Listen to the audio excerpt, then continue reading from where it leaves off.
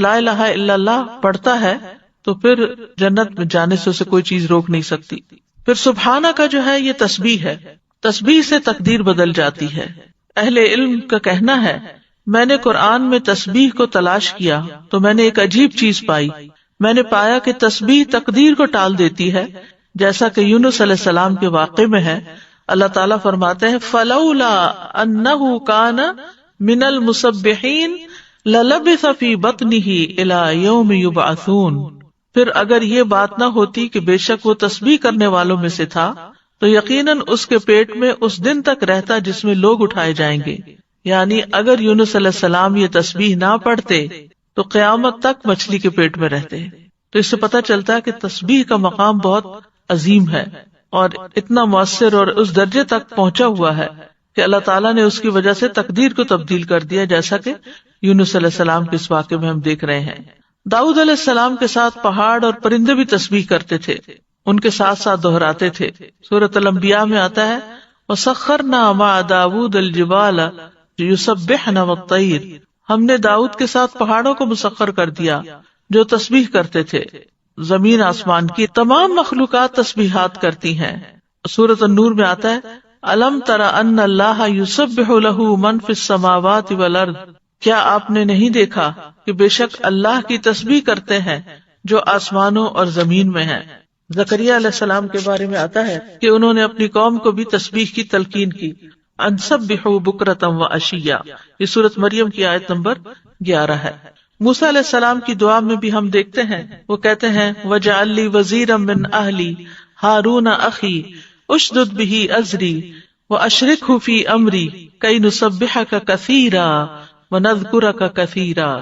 اور میرے لیے میرے گھر والوں میں سے ایک بوجھ ہٹانے والا بنا دے، ہارون کو جو میرا بھائی ہے، اس کے ساتھ میری پشت مضبوط کر دے اور اسے میرے کام میں شریک کر دے تاکہ ہم تیری بہت زیادہ تسبیح کریں، یعنی مل کے تیری تسبیح کریں. اہل جنت بھی اللہ تعالیٰ کی تسبیح کریں گے. جنت والوں کا تذکرہ کرتے ہوئے اللہ تعالیٰ فرماتے ہیں دعواہم فیہا سبحانک اللہم وتحیتہم فیہا سلام. ان کی دعا ان میں یہ ہوگی پاک ہے تو اے اللہ، اور ان کی آپس کی بات ان باغات میں سلام ہوگی. یعنی جہاں سے جو گزرے گا دیکھے گا ایک دوسرے کو ملے گا تو سلام کرے گا. فرشتے بھی اپنے رب کی تسبیح کرتے ہیں. والملائکۃ یسبحون بحمد ربہم ویستغفرون لمن فی الارض. فرشتے اپنے رب کی حمد کے ساتھ تسبیح کرتے ہیں اور ان لوگوں کے لیے بخشش کی دعا کرتے ہیں جو زمین میں ہیں. تسبیح کے بہت سے فائدے بھی ہیں. اللہ کے ہاں قربت اور فضیلت پانے کا آسان راستہ ہے. رسول اللہ صلی اللہ علیہ وسلم نے فرمایا تم لوگ اللہ کی عظمت کا جو ذکر کرتے ہو، یعنی تسبیح، تحلیل اور تحمید کے الفاظ کہتے ہو، وہ عرش کے ارد گرد چکر لگاتے ہیں. ان کلمات کی ایسی بھنبھناہٹ ہوتی ہے جیسے شہد کی مکھیوں کی بھنبھناہٹ. وہ کلمات اپنے ذکر کرنے والے کی اللہ کے ہاں یاد دلاتے ہیں. کیا تم میں سے کوئی نہیں چاہتا کہ اس کے لیے کوئی ایسا ہو یا ہمیشہ اللہ کے ہاں اس کی یاد دلائی جاتی رہے؟ تو تسبیح سے یہ چیز ہوتی ہے. پھر دل کی گھٹن اور تنگی کا علاج بھی ہے. قرآن مجید میں آتا ہے وَلَقَدْ نَعْلَمُ أَنَّكَ يَضِيقُ صَدْرُكَ بِمَا يَقُولُونَ فَسَبِّحْ بِحَمْدِ رَبِّكَ وَكُن مِّنَ السَّاجِدِينَ وَاعْبُدْ رَبَّكَ حَتَّى يَأْتِيَكَ الْيَقِينُ. اور بلا شبہ یقیناً ہم جانتے ہیں کہ بے شک تیرا سینہ اس سے تنگ ہوتا ہے جو وہ کہتے ہیں، بس اپنے رب کی حمد کے ساتھ تسبیح کرو اور سجدہ کرنے والوں میں شامل ہو جاؤ اور اپنے رب کی عبادت کرو یہاں تک کہ تیرے پاس یقین آ جائے. پھر اسی طرح پریشانی، ڈر اور خوف دور کرنے کا ذریعہ ہے. رسول اللہ صلی اللہ علیہ وسلم نے فرمایا جو رات سے خوف کھائے کہ وہ اسے پریشان کرے گی، یا مال خرچ کرنے سے بخل کرے، یا دشمن سے مقابلہ کرنے سے ڈرے، تو اسے چاہیے کہ وہ اس قول کی کثرت کر دے سبحان اللہ و بحمدہ، کیونکہ یہ اللہ کے نزدیک سونے کا پہاڑ اللہ عز و جل کے راستے میں خرچ کرنے سے زیادہ محبوب ہے. اور کس کے پاس سونے کا پہاڑ ہے ہمارے ہاں، لیکن اگر ہم یہ تسبیح پڑھتے ہیں تو انشاءاللہ اتنا بڑا اجر و ثواب ملے گا. پھر اسی طرح تسبیح کو صدقہ بھی کہا گیا. نبی صلی اللہ علیہ وسلم نے فرمایا تم میں جو آدمی صبح کرتا ہے تو اس کے ہر جوڑ پر صدقہ لازم ہے. تو ہر مرتبہ سبحان اللہ کہنا صدقہ ہے، ہر مرتبہ الحمدللہ کہنا صدقہ ہے، اور ہر مرتبہ لا الہ الا اللہ کہنا صدقہ ہے، ہر مرتبہ اللہ اکبر کہنا صدقہ ہے. نیکی کا حکم دینا صدقہ ہے اور برائی سے روکنا بھی صدقہ ہے. تو اس طرح انسان کے 360 جوڑوں کے صدقات ان تسبیحات سے بھی ادا ہو جاتے ہیں. پھر اسی طرح سبحان اللہ کے ذریعے نیکیاں ملتی ہیں، گناہ مٹ جاتے ہیں. سعد رضی اللہ عنہ کہتے ہیں ہم رسول اللہ صلی اللہ علیہ وسلم کے پاس تھے تو آپ نے فرمایا کیا تم میں سے کوئی ہر دن 1000 نیکیاں کمانے سے عاجز ہے؟ آپ کے پاس بیٹھے لوگوں میں سے کسی نے پوچھا ہم میں کوئی آدمی 1000 نیکیاں کیسے کما سکتا ہے؟ آپ نے فرمایا جو آدمی 100 مرتبہ سبحان اللہ پڑھتا ہے اس کے لیے 1000 نیکیاں لکھی جاتی ہیں یا اس کی 1000 خطائیں مٹا دی جاتی ہیں. پھر اسی طرح رسول اللہ صلی اللہ علیہ وسلم نے فرمایا جو شخص سبحان اللہ و بحمدہ ایک دن میں 100 بار کہے تو اس کے گناہ معاف کر دیے جاتے ہیں اگرچہ وہ سمندر کی جھاگ کے برابر ہی کیوں نہ ہو. یہ صحیح مسلم کی روایت ہے. ایک بار تسبیح پڑھنے سے زمین و آسمان بھر جاتے ہیں. آپ صلی اللہ علیہ وسلم نے یہ بھی فرمایا کہ جس نے سورج طلوع ہونے اور اس کے غروب ہونے سے قبل 100 بار سبحان اللہ کہا تو یہ 100 اونٹوں سے بہتر ہے. سورج طلوع ہونے اور اس کے غروب ہونے سے قبل 100 بار سبحان اللہ پڑھنا. پھر بات ہوتی ہے انی کنت من الظالمین پر کہ بے شک میں ظالموں میں سے ہوں، یعنی اپنے گناہوں کا اعتراف. تو یاد رکھیے جو شخص توبہ کرتا ہے اللہ تعالیٰ اس سے محبت کرتا ہے، جو اپنے گناہوں کا اعتراف کرتا ہے اللہ تعالیٰ اس سے خوش ہوتا ہے. قرآن مجید میں آتا ہے ان اللہ یحب التوابین ویحب المتطہرین، بے شک اللہ توبہ کرنے والوں اور پاک رہنے والوں سے محبت کرتا ہے، اور اس سے زیادہ خوش نہیں ہوتا جتنا تم میں سے کوئی اپنی گمشدہ سواری کو پا لینے کے وقت خوش ہوتا ہے. یعنی جس طرح تمہیں کھوئی ہوئی سواری اپنی مل جائے جنگل صحرا میں تو تم خوش ہو جاؤ گے کہ اب تمہاری زندگی کے بچنے کا سامان مل گیا، تو اسی طرح اللہ تعالیٰ اس سے بھی زیادہ خوش ہوتے ہیں جب کوئی شخص توبہ کرتا ہے. پھر توبہ کرنے سے انسان کے گناہ معاف ہو جاتے ہیں. نبی صلی اللہ علیہ وسلم نے فرمایا اگر تم اتنے گناہ کرو کہ تمہارے گناہ آسمان تک پہنچ جائیں پھر تم توبہ کرو تو اللہ تعالیٰ تمہیں معاف کر دے گا. پھر گناہوں سے توبہ کرنے والا ایسا ہے جیسے اس نے گناہ کیا ہی نہ ہو. استغفار اور توبہ گناہوں کا علاج ہے. تو اس دعا سے کیا فائدے ہمیں حاصل ہوئے؟ اس دعا میں جامع آداب بھی ہیں اور پاکیزہ کلمات بھی ہیں اور ان کے بہت زیادہ فائدے بھی ہیں. کبھی کسی سے براہ راست کچھ مانگنے کی بجائے اشارتاً بات کی جائے تو اس کا بھی جواز ملتا ہے، جیسے اس دعا کے اندر اشارتاً بات کی گئی ہے، ڈائریکٹ دعا نہیں کی گئی. پھر یہ کہ کچھ اللہ سبحانہ وتعالیٰ سے مانگتے ہوئے دعا کے آداب اور قبولیت کے اسباب کو بھی ملحوظ رکھنا چاہیے، اور وہ اس دعا میں جمع ہو گئے ہیں. یعنی بندہ اپنی دعاؤں میں اپنی پریشانی، اپنے غموں اور مصیبتوں کے وقت اس دعا کو کثرت سے اختیار کر لے. دعا میں اللہ کی توحید کا ذکر کیا جائے. تسبیح تکلیفوں اور پریشانیوں سے نجات کا سبب ہے. توحید، ایمان اور گناہوں کا اعتراف دنیا اور آخرت کی ہلاکتوں سے بچانے والا ہے. گناہ نعمتوں کے زوال اور عذاب کے حصول کا سبب ہے، یعنی نعمتوں کے زائل ہونے اور عذابوں کے حاصل ہونے کا، مصیبتوں کے آنے کا سب سے بڑا جو سبب ہے وہ انسان کے اپنے ہی گناہ ہیں. اللہ سبحانہ و تعالیٰ سے حسن ظن رکھنا چاہیے. باوجود اس کے کہ وہ نبی تھے، ان کا بڑا مقام تھا، لیکن انہیں جن حالات سے واسطہ پیش آیا تو انہوں نے اپنے آپ کو قصوروار قرار دیا، اللہ تعالیٰ کو بلیم نہیں کیا یا کسی اور کو نہیں کیا. پھر یہ ہے کہ انسان یہ یاد رکھے کہ اس کے اوپر جو مصیبت آتی ہے وہ انسان کی اپنی کوتاہی کی وجہ سے آتی ہے. اللہ سبحانہ تعالیٰ تو ہر نقص اور عیب سے پاک ہے. پھر اسی طرح اس دعا سے یہ بھی پتہ چلتا ہے مخلوقات خواہ کوئی بھی مقام اور مرتبہ حاصل کر لیں وہ اللہ ہی کی محتاج ہیں. مخلوقات میں سب سے زیادہ بڑے درجے اور رتبے والے انبیاء ہوتے ہیں، لیکن وہ بھی اللہ کے بندے ہوتے ہیں. تو اس لیے کسی بھی مشکل پریشانی کے وقت انسانوں کی طرف نہیں بھاگے بلکہ اللہ کی طرف دوڑیں. یہ دعا جو ہے وہ خاص طور پر رنج و غم دور کرنے کی دعا ہے. پہلی بات تو یہ یاد رکھنی چاہیے کہ انسان کمزور پیدا کیا گیا، وَخُلِقَ الْإِنسَانُ ضَعِيفًا، اس کو تکبر زیب بھی نہیں دیتا کہ وہ جھوٹ موٹ بڑا بن کے رہے. انسان اللہ کا محتاج ہے. یا ایھا الناس انتم الفقراء الی اللہ واللہ هو الغنی الحمید. انسان کا اللہ کے سوا کوئی مددگار نہیں. وما لکم من دون اللہ من ولی ولا نصیر، تمہارے لیے اللہ کے سوا نہ کوئی دوست ہے نہ کوئی مددگار. پھر یہ کہ وَلِلَّهِ مُلْكُ السَّمَاوَاتِ وَالْأَرْضِ وَاللَّهُ عَلَى كُلِّ شَيْءٍ قَدِيرٌ. سورۃ آل عمران میں اللہ تعالیٰ فرماتے ہیں کہ اللہ آسمان و زمین کا مالک ہے، یعنی آسمان اور زمین یہ اللہ ہی کی ملکیت ہے اور اللہ ہر چیز پر پوری قدرت رکھتا ہے۔ پھر اسی طرح بھلائی پہنچانے اور تکلیف ہٹانے پر اللہ قادر ہے، یہ بھی ہمارا یقین ہونا چاہیے۔ وَإِن يَمْسَسْكَ اللَّهُ بِضُرٍّ فَلَا كَاشِفَ لَهُ إِلَّا هُوَ وَإِن يَمْسَسْكَ بِخَيْرٍ فَهُوَ عَلَى كُلِّ شَيْءٍ قَدِيرٌ، اگر اللہ تجھے کوئی تکلیف پہنچائے تو اس کے سوا کوئی اسے دور کرنے والا نہیں، اور اگر وہ تجھے کوئی بھلائی پہنچائے تو وہ ہر چیز پر پوری طرح قادر ہے۔ پھر یہ کہ شفا اللہ ہی دیتا ہے، وَإِذَا مَرِضْتُ فَهُوَ يَشْفِينِ، اللہ ہی کو پکارنا برحق ہے۔ اللہ سے ہمیں اپنے غم اور دکھ کا اظہار کرنا چاہیے، جیسے یوسف علیہ السلام کے والد یعقوب علیہ السلام نے کہا انما اشکو بثی وحزنی الی اللہ، اپنے شکوے صرف اللہ ہی سے کرنے چاہیے اور ہر معاملے میں اللہ کی طرف بڑھنا چاہیے۔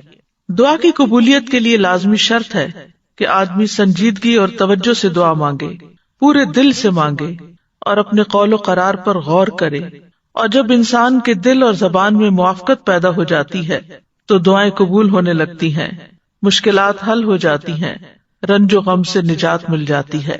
وَظَنُّونِ إِذْ ذَهَبَ مُغَاضِبًا فَظَنَّ أَن لَّن نَّقْدِرَ عَلَيْهِ فَنَادَىٰ فِي الظُّلُمَاتِ أَن لَّا إِلَٰهَ إِلَّا أَنتَ لَا إِلَٰهَ إِلَّا أَنتَ سُبْحَانَكَ إِنِّي كُنتُ مِنَ الظَّالِمِينَ فَاسْتَجَبْنَا لَهُ وَنَجَّيْنَاهُ مِنَ الْغَمِّ وَكَذَٰلِكَ نُنجِي الْمُؤْمِنِينَ۔ یہ آیت جو آپ کے سامنے پڑھی گئی ہے، لا الہ الا انت سبحانک، اس آیت کو آیت کریمہ بھی کہا جاتا ہے، 7 ہے۔ اس میں یونس علیہ السلام کا واقعہ بیان کیا گیا ہے۔ یہ واقعہ اس جگہ کے علاوہ سورۃ صافات اور سورۃ قلم میں بھی بیان کیا گیا ہے۔ اللہ سبحانہ تعالیٰ نے نینوا والوں، جو عراق کا علاقہ ہے، اس میں تقریباً 8ویں صدی قبل مسیح یونس علیہ السلام کو بھیجا۔ آپ نے انہیں اللہ کے دین کی دعوت دی، مگر انہوں نے اسے قبول کرنے سے انکار کرتے ہوئے اپنے کفر پر اصرار کیا۔ یونس علیہ السلام اپنے لوگوں سے ناراض ہو کر چلے گئے اور وعدہ کر گئے کہ 3 دن بعد اللہ کا عذاب آ جائے گا۔ جب ان لوگوں کو یہ بات ثابت ہو گئی اور وہ سمجھ گئے کہ نبی جھوٹ نہیں بولا کرتے، تو وہ اپنے بچوں، چوپایوں، مویشیوں کو لے کر صحرا کی طرف نکل گئے۔ انہوں نے ماں اور ان کے بچوں کو الگ الگ کر دیا اور پھر اللہ عز و جل کے حضور آہوزاری کی۔ اونٹ اور ان کے بچے بلبلانے لگے، گائیں اور ان کے بچے ڈکرانے لگے، اور بھیڑ بکریاں اور ان کے بچے ممیانے لگے، تو اللہ نے ان سے عذاب کو دور کر دیا۔ یونس علیہ السلام کی قوم سے عذاب ٹل گیا، انہوں نے عذاب اپنی آنکھوں سے دیکھا، لیکن ایمان لانے پر، توبہ کرنے پر، اللہ کی طرف سچے دل سے پلٹنے پر اللہ سبحانہ تعالیٰ نے ان سے عذاب ٹال دیا۔ اللہ تعالیٰ کا فرمان ہے فَلَوْلَا كَانَتْ قَرْيَةٌ آمَنَتْ فَنَفَعَهَا إِيمَانُهَا إِلَّا قَوْمَ يُونُسَ لَمَّا آمَنُوا كَشَفْنَا عَنْهُمْ عَذَابَ الْخِزْيِ فِي الْحَيَاةِ الدُّنْيَا وَمَتَّعْنَاهُمْ إِلَىٰ حِينٍ، سو کوئی ایسی بستی کیوں نہ ہوئی جو ایمان لائی ہو، پھر اس کے ایمان لانے نے اسے نفع دیا ہو۔ یونس کی قوم کے سوا جب وہ ایمان لے آئے تو ہم نے ان سے ذلت کا عذاب دنیا کی زندگی میں ہٹا دیا اور انہیں ایک وقت تک سامان دیا۔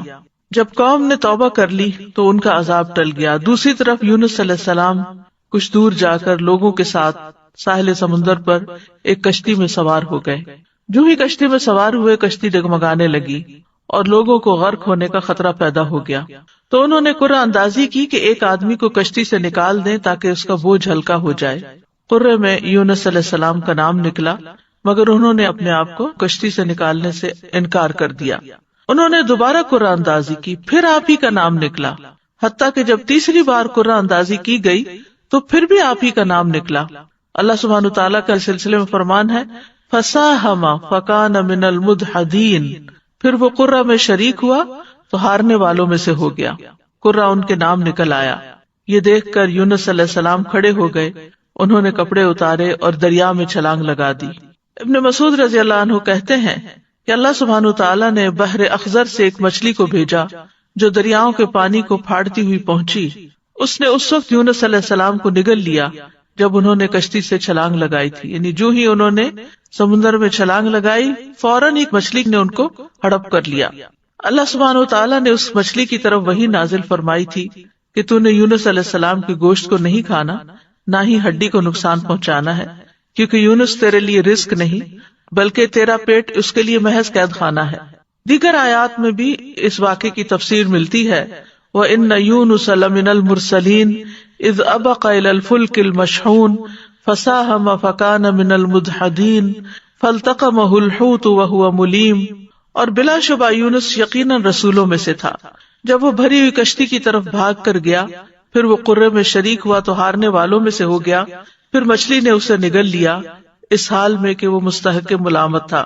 دوسری طرف ان کی قوم کی کثیر تعداد لوگوں نے ایمان قبول کر لیا۔ تو بہرحال اس آیت میں اللہ سبحانہ وتعالی خوبصورت انداز میں یونس علیہ السلام کا قصہ بیان کرتے ہیں۔ وَذَنُّونَ، اور نون والا، نون عربی میں کہتے ہیں ہوت کو، یعنی مچھلی کو، اس کی جمع ہوتی ہے نینان اور انوان، اور ان کا نام یہ کیونکہ مچھلی نے آپ کو نگل لیا تھا، اور اس نے تو اللہ کے حکم سے ہی نگلا تھا۔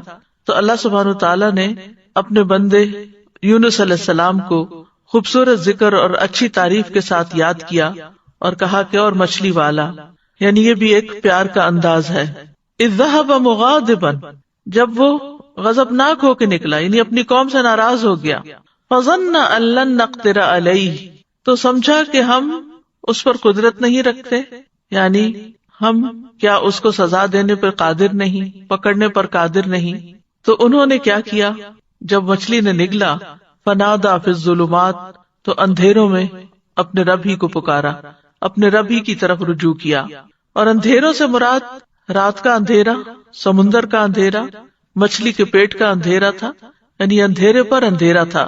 اور کیا دعا مانگی، اللہ الہ الا انت سبحانک انی کنت من الظالمین، کہ تیرے سوا کوئی الہ نہیں، تو پاک ہے، بے شک میں ہی ظالموں میں سے ہوں۔ تو یونس علیہ السلام نے اللہ تعالیٰ کو ان کی کامل الوہیت کا اقرار کرتے ہوئے پکارا، اللہ کی ذات کو ہر نقص، ہر عیب، ہر آفت سے منزہ اور پاک قرار دیا، اور اپنے ظلم اور جرم کا اعتراف کر لیا، انی کنت من الظالمین کہہ کر اپنے آپ کو ظالم قرار دیا۔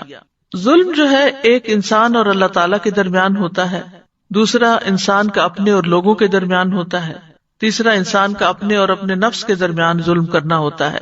تو بہرحال جب انہوں نے اپنی غلطی کا اعتراف کیا تو اللہ تعالیٰ فرماتے ہیں نیکسٹ آیت میں، فَاسْتَجَبْنَا لَهُ، تو ہم نے اس کی دعا قبول کر لی۔ سبحان اللہ، یعنی انہوں نے جو ہی خطا کا اعتراف کیا، اللہ سبحانہ وتعالیٰ ان سے راضی ہو گئے۔ وَنَجَّيْنَاهُ مِنَ الْغَمِّ، اور ہم نے اس کو غم سے نجات دی۔ وَكَذَلِكَ نُنْجِي الْمُؤْمِنِينَ، اور ہم مومنوں کو اسی طرح نجات دیتے ہیں۔ تو یہاں دراصل مومنوں کو ایمان لانے، اس پر ثابت قدم رہنے اور اس دعا کو زیادہ سے زیادہ پڑھنے کی ترغیب دی جا رہی ہے، کیونکہ وہ جان چکے ہیں کہ یونس علیہ السلام کو اس کلمے کی وجہ سے نجات ملی تھی، اور یہ ہر اس مومن کے لیے خوشخبری ہے، وعدہ ہے جو کسی بھی تکلیف اور غم میں مبتلا ہو جائے تو وہ ان الفاظ کے ساتھ اپنے رب کو پکارے تو رب ضرور اس کو اس تکلیف سے نجات دے گا، کیونکہ یہ رب کا وعدہ ہے۔ کذالک ننجی المؤمنین، ہم اسی طرح بچائیں گے، نجات دیں گے مومنوں کو، یعنی جو بھی یہ طریقہ اختیار کرے گا اللہ تعالیٰ اس کی تکلیف کو دور کر دے گا، اس کی تکلیف کم کر دے گا، جیسا کہ اللہ تعالیٰ نے یونس علیہ السلام کے ساتھ کیا۔ تو اس آیت میں اس بات کی دلیل ہے کہ تحلیل یعنی لا الہ الا اللہ کا پڑھنا اور تسبیح سبحانہ کا پڑھنا ہر غم کو دور کر دیتے ہیں، تکلیفوں اور پریشانیوں سے نجات دیتے ہیں۔ تو جو شخص اللہ کی کتاب پر ایمان لائے اس کے لیے یہی مناسب ہے کہ وہ اس دعا کو سختیوں میں اپنی پناہ گاہ بنائے اور خوشحالی میں اس کو اپنی سواری بنائے، اس وعدے پر بھروسہ کرتے ہوئے جو اللہ نے مومنوں کے ساتھ کیا ہے کہ وہ اس دعا کے پڑھنے والے کو قبولیت میں یونس علیہ السلام کے ساتھ ملا دیں گے، یعنی جیسے ان کو نجات ملی انہیں بھی مل جائے گی۔ یونس علیہ السلام سے ایک خطا ضرور ہوئی، لیکن انہوں نے اس کا اعتراف کیا تو اللہ سبحانہ تعالیٰ نے ان کو دوبارہ چن لیا۔ نبی صلی اللہ علیہ وسلم نے فرمایا کسی شخص کے لیے یہ کہنا جائز نہیں کہ میں یونس بن متی سے بہتر ہوں، کہ میں نے وہ غلطی نہیں کی جو ان سے ہو گئی تھی۔ تو یہ یونس علیہ السلام کی دعا ہے، لا الہ الا انت سبحانک انی کنت من الظالمین۔ نبی صلی اللہ علیہ وسلم نے فرمایا ذنون کی دعا جب وہ مچھلی کے پیٹ میں تھے، یعنی لا الہ الا انت سبحانک انی کنت من الظالمین، جب بھی کوئی مسلمان کسی معاملے میں ان الفاظ کے ساتھ اپنے رب سے دعا کرے وہ دعا اس کے لیے ضرور قبول ہوگی، یعنی یہ دعا کی قبولیت کا ذریعہ بھی ہے۔ یہ دکھ دور کرنے والے کلمات ہیں۔ رسول اللہ صلی اللہ علیہ وسلم نے فرمایا، کیا میں تمہیں ایسی چیز نہ بتاؤں کہ جب تم میں سے کسی آدمی کو دکھ اور پریشانی اور دنیا کی آزمائشوں میں سے کوئی آزمائش آئے تو وہ اس دعا کو پڑھے تو اس کی تکلیف دور ہو جائے گی؟ تو آپ سے کہا گیا کیوں نہیں؟ آپ نے فرمایا وہ مچھلی والے کی دعا ہے، لا الہ الا انت سبحانک انی کنت من الظالمین، تیرے سوا کوئی الہ نہیں، تو پاک ہے، بے شک میں ہی ظالموں میں سے ہوں۔ طبری کہتے ہیں کہ سلف صالحین ان الفاظ کے ساتھ دعا مانگتے تھے اور اس دعا کو دعائے کرب کہا کرتے تھے، یعنی تکلیف دور کرنے والی دعا کا نام دیتے۔ اور لا الہ الا اللہ جو ہے یہ افضل ترین ذکر ہے، اس کے ذریعے بھی بندے کو پریشانیوں اور غموں سے چھٹکارا ملتا ہے۔ یہاں پر ہم دیکھتے ہیں کہ یونس علیہ السلام کچھ مانگ نہیں رہے، صرف اللہ کی تعریف کر رہے ہیں اور اپنی خطا کا اعتراف کر رہے ہیں۔ تو یاد رکھیے اہل علم کہتے ہیں کہ دعا کی دو قسمیں ہوتی ہیں، ایک دعائے ثنا اور دوسری دعائے طلب۔ ایک ہے اللہ تعالیٰ کی تعریف پر مبنی دعا اور دوسری درخواست یعنی کچھ مانگنا اللہ سبحانہ وتعالیٰ سے یا طلب کرنا۔ تو دعائے ثنا کیا ہوتی ہے؟ جیسے یہ ہے لا الہ الا انت سبحانک انی کنت من الظالمین، اور جیسے لا الہ الا اللہ وحدہ لا شریک لہ لہ الملک ولہ الحمد وہو علی کل شیء قدیر، یہ عرفہ کے دن کی دعا ہے۔ اسی طرح ایوب علیہ السلام نے جو دعا کی تھی انی مسنی الضر وانت ارحم الراحمین، یہ بھی اللہ تعالیٰ کی حمد و ثنا ہے۔ اور دعائے طلب کیا ہے؟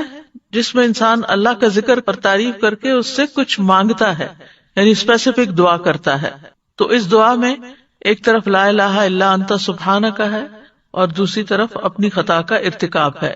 یاد رکھیے کہ نبی صلی اللہ علیہ وسلم سے اس دعا کی کوئی محدود گنتی وارد نہیں ہوئی۔ یونس علیہ السلام کے بارے میں بھی نہیں پتہ چلتا کہ انہوں نے کتنی دفعہ اس کو پڑھا، لیکن انہوں نے ایک دفعہ بھی جب اس کو پڑھا ہوگا پوری تڑپ کے ساتھ، پوری شدت کے ساتھ، تو اللہ سبحانہ تعالیٰ نے ان کی دعا قبول کر لی۔ تو اس لیے لازم اپنے اوپر نہ کیجئے کہ 1.25 لاکھ دفعہ ہی ضرور اس کو پڑھنا ہے یا 100 دفعہ ہی ضرور پڑھنا ہے۔ جتنی دفعہ چاہیں آپ پڑھیں، چاہے 1,00,000 دفعہ پڑھیں، چاہے 100 دفعہ پڑھیں، لیکن پابندی اس کی ضروری نہیں کہ اتنا پڑھیں گے تو دعا قبول ہوگی۔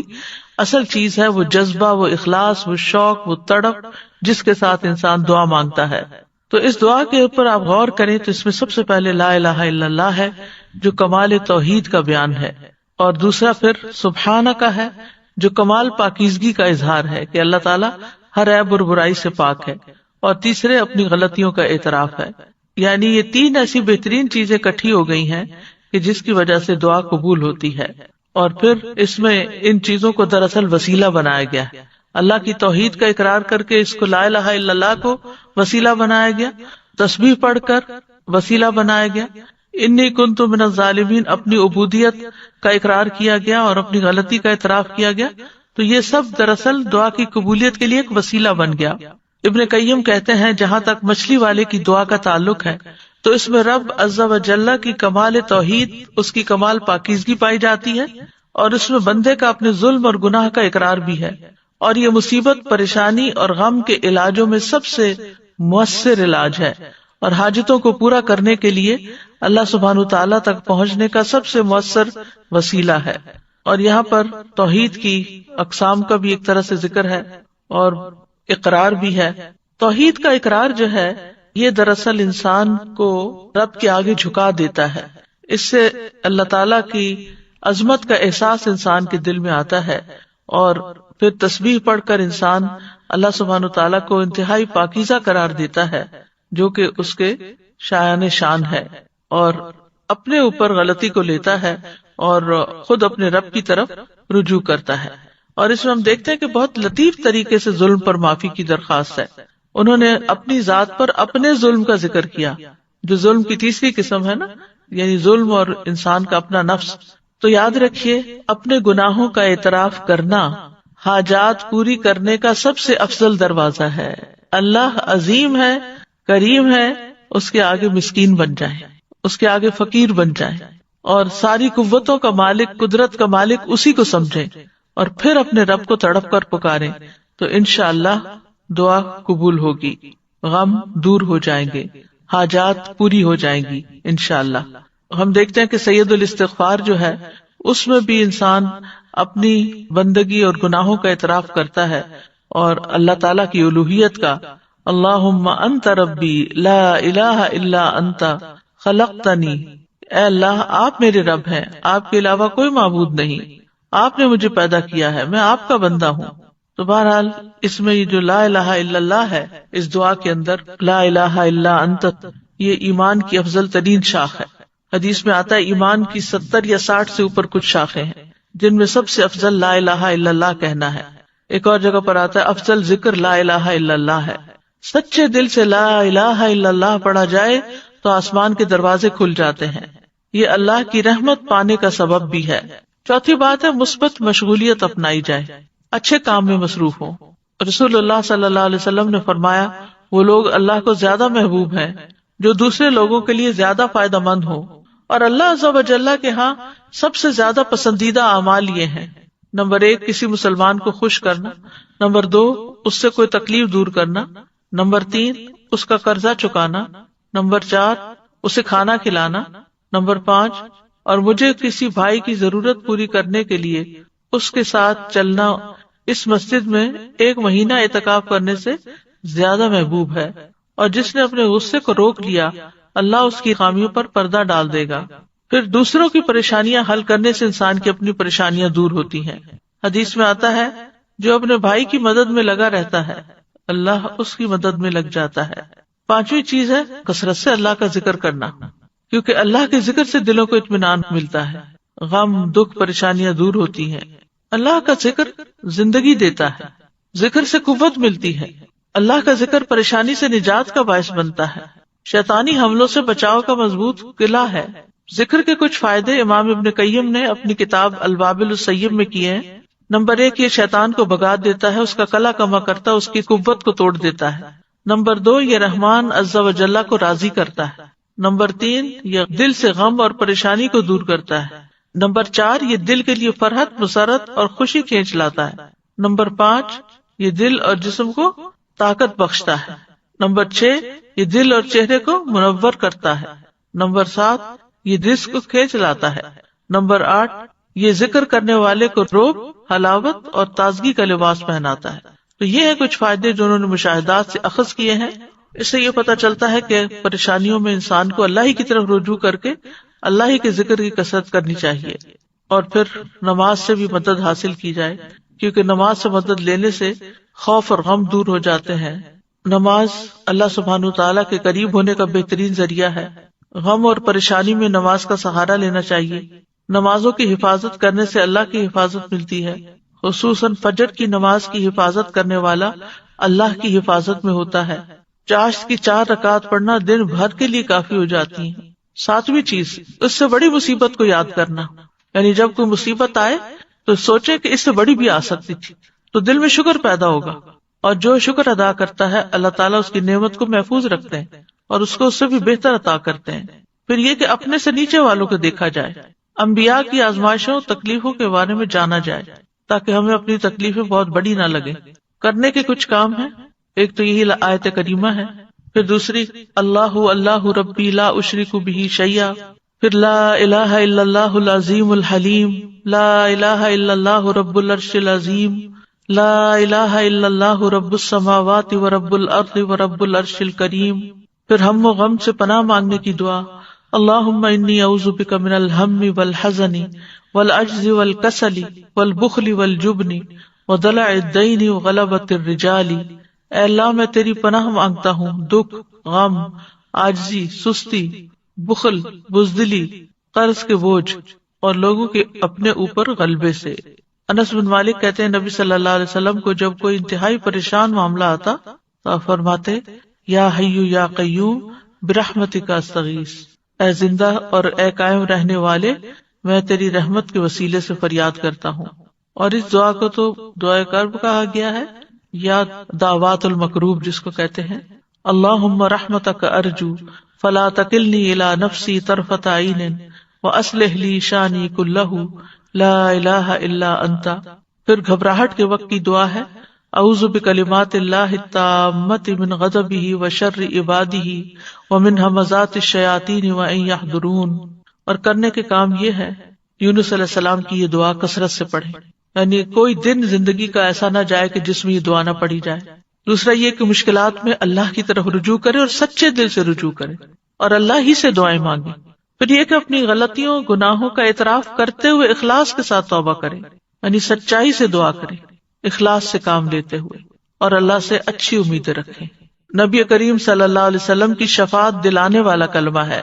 رسول اللہ صلی اللہ علیہ وسلم نے فرمایا، قیامت کے دن میری شفاعت کی سعادت سب سے زیادہ حاصل ہوگی اسے جس نے لا الہ الا اللہ خلوص دل سے کہا، یعنی سب سے زیادہ میری شفاعت کی سعادت اس کو ملے گی جو سچے دل سے لا الہ الا اللہ کہتا ہے۔ پھر یہ لا الہ الا اللہ مصائب سے نجات دلانے والا کلمہ ہے۔ نبی صلی اللہ علیہ وسلم نے فرمایا، جس نے لا الہ الا اللہ کہا تو ایک دن یہ کلمہ اسے مصیبتوں سے ضرور نجات دلائے گا، اس سے پہلے جو ہو چکا وہ ہو چکا۔ پھر جنت میں لے جانے والا کلمہ ہے، من مات وهو يعلم انه لا الہ الا اللہ دخل الجنہ، جو شخص اس حال میں فوت ہوا کہ وہ جانتا تھا کہ اللہ کے سوا کوئی الہ نہیں، وہ جنت میں داخل ہوگا۔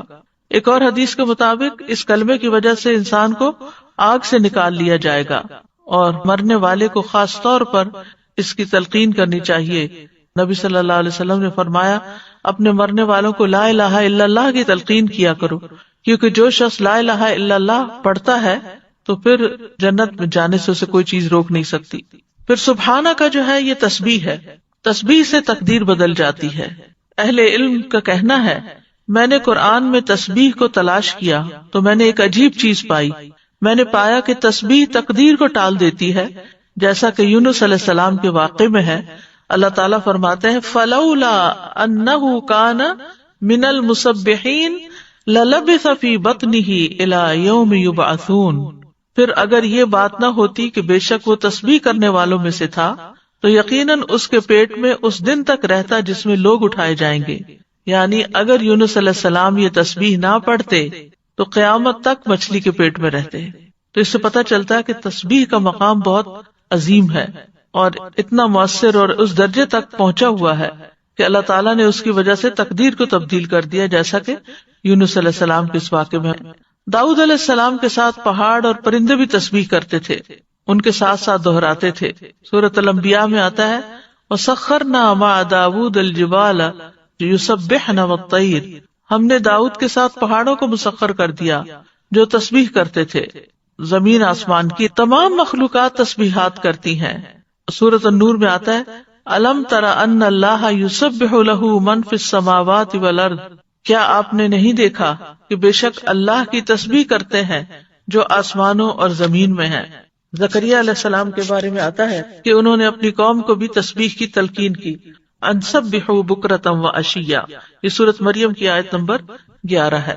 موسیٰ علیہ السلام کی دعا میں بھی ہم دیکھتے ہیں، وہ کہتے ہیں، وَاجْعَل لِّي وَزِيرًا مِّنْ أَهْلِي هَارُونَ أَخِي اشْدُدْ بِهِ أَزْرِي وَأَشْرِكْهُ فِي أَمْرِي كَيْ نُسَبِّحَكَ كَثِيرًا وَنَذْكُرَكَ كَثِيرًا، اور میرے لیے میرے گھر والوں میں سے ایک بوجھ ہٹانے والا بنا دے، ہارون کو جو میرا بھائی ہے، اس کے ساتھ میری پشت مضبوط کر دے اور اسے میرے کام میں شریک کر دے، تاکہ ہم تیری بہت زیادہ تسبیح کریں، یعنی مل کے تیری تسبیح کریں۔ اہل جنت بھی اللہ تعالیٰ کی تسبیح کریں گے۔ جنت والوں کا تذکرہ کرتے ہوئے اللہ تعالیٰ فرماتے ہیں، دعواہم فیہا سبحانک اللہم وتحیتہم فیہا سلام، ان کی دعا ان میں یہ ہوگی، پاک ہے تو اے اللہ، اور ان کی آپس کی بات ان باغات میں سلام ہوگی، یعنی جہاں سے جو گزرے گا دیکھے گا ایک دوسرے کو ملے گا تو سلام کرے گا۔ فرشتے بھی اپنے رب کی تسبیح کرتے ہیں، والملائکۃ یسبحون بحمد ربہم ویستغفرون لمن فی الارض، فرشتے اپنے رب کی حمد کے ساتھ تسبیح کرتے ہیں اور ان لوگوں کے لیے بخشش کی دعا کرتے ہیں جو زمین میں ہیں۔ تسبیح کے بہت سے فائدے بھی ہیں۔ اللہ کے ہاں قربت اور فضیلت پانے کا آسان راستہ ہے۔ رسول اللہ صلی اللہ علیہ وسلم نے فرمایا، تم لوگ اللہ کی عظمت کا جو ذکر کرتے ہو، یعنی تسبیح، تحلیل اور تحمید کے الفاظ کہتے ہو، وہ عرش کے ارد گرد چکر لگاتے ہیں۔ ان کلمات کی ایسی بھنبھناہٹ ہوتی ہے جیسے شہد کی مکھیوں کی بھنبھناہٹ۔ وہ کلمات اپنے ذکر کرنے والے کی اللہ کے ہاں یاد دلاتے ہیں۔ کیا تم میں سے کوئی نہیں چاہتا کہ اس کے لیے کوئی ایسا ہو یا ہمیشہ اللہ کے ہاں اس کی یاد دلائی جاتی رہے؟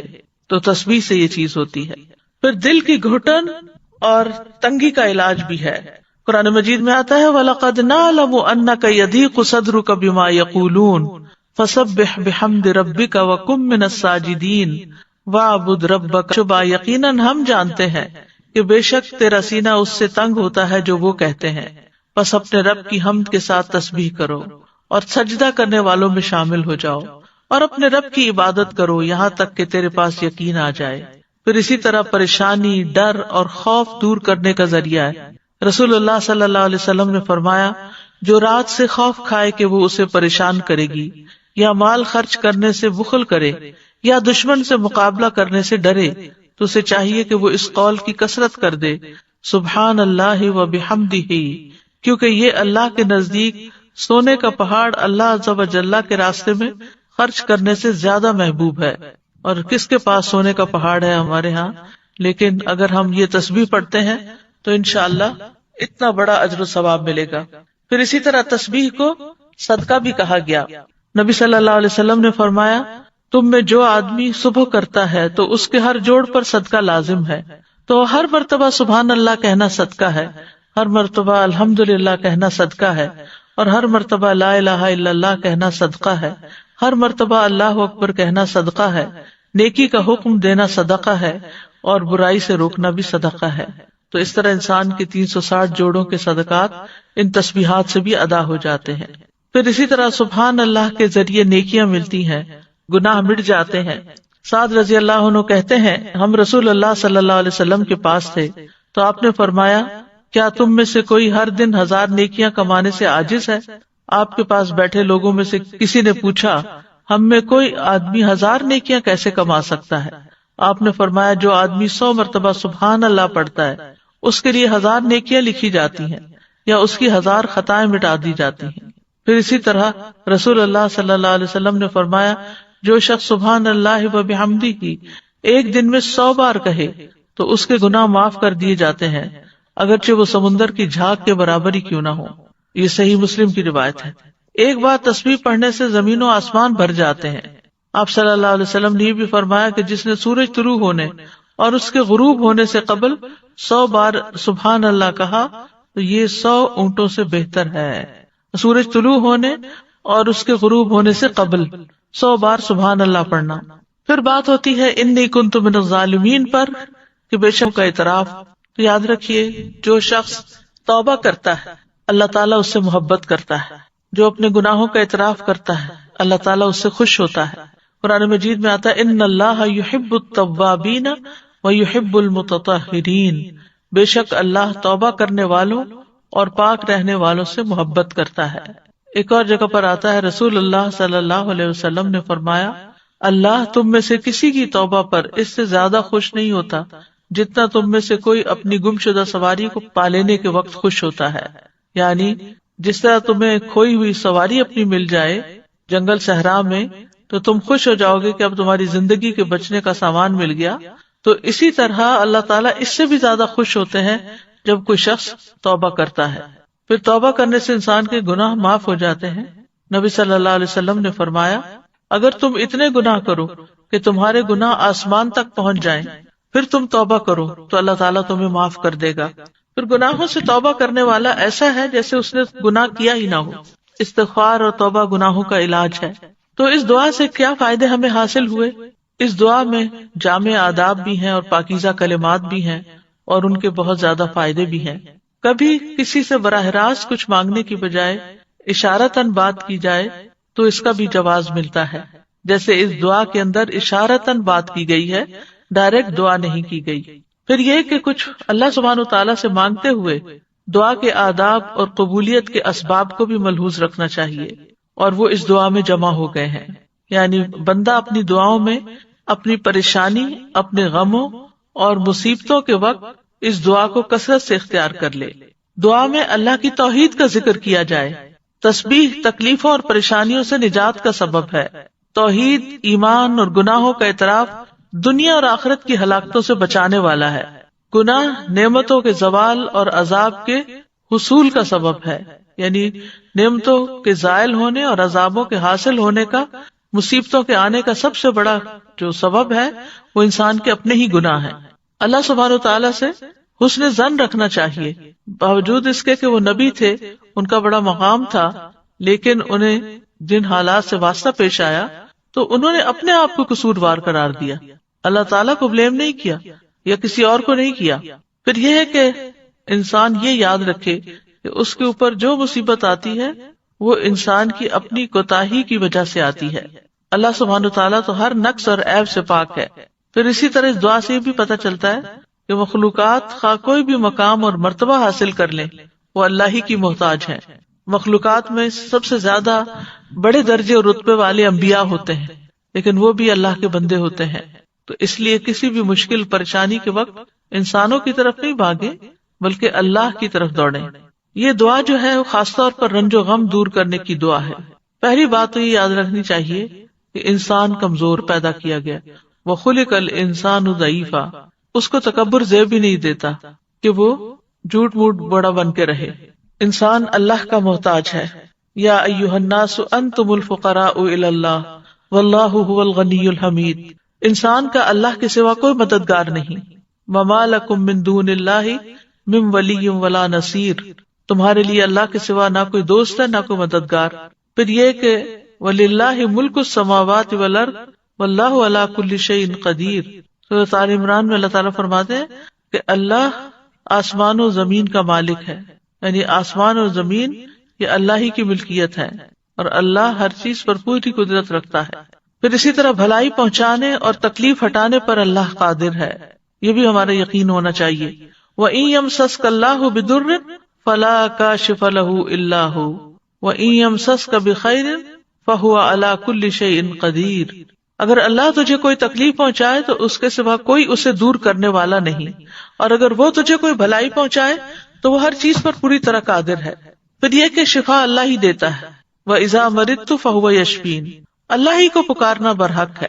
اللہ سے ہمیں اپنے غم اور دکھ کا اظہار کرنا چاہیے، جیسے یوسف علیہ السلام کے والد یعقوب علیہ السلام نے کہا انما اشکو بثی وحزنی الی اللہ، اپنے شکوے صرف اللہ ہی سے کرنے چاہیے اور ہر معاملے میں اللہ کی طرف بڑھنا چاہیے۔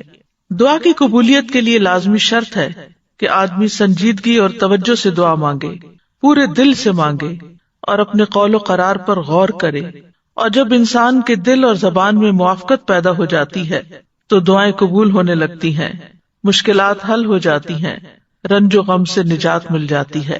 وَظَنُّونِ إِذْ ذَهَبَ مُغَاضِبًا فَظَنَّ أَن لَّن نَّقْدِرَ عَلَيْهِ فَنَادَىٰ فِي الظُّلُمَاتِ أَن لَّا إِلَٰهَ إِلَّا أَنتَ لَا إِلَٰهَ إِلَّا أَنتَ سُبْحَانَكَ إِنِّي كُنتُ مِنَ الظَّالِمِينَ فَاسْتَجَبْنَا لَهُ وَنَجَّيْنَاهُ مِنَ الْغَمِّ وَكَذَٰلِكَ نُنجِي الْمُؤْمِنِينَ۔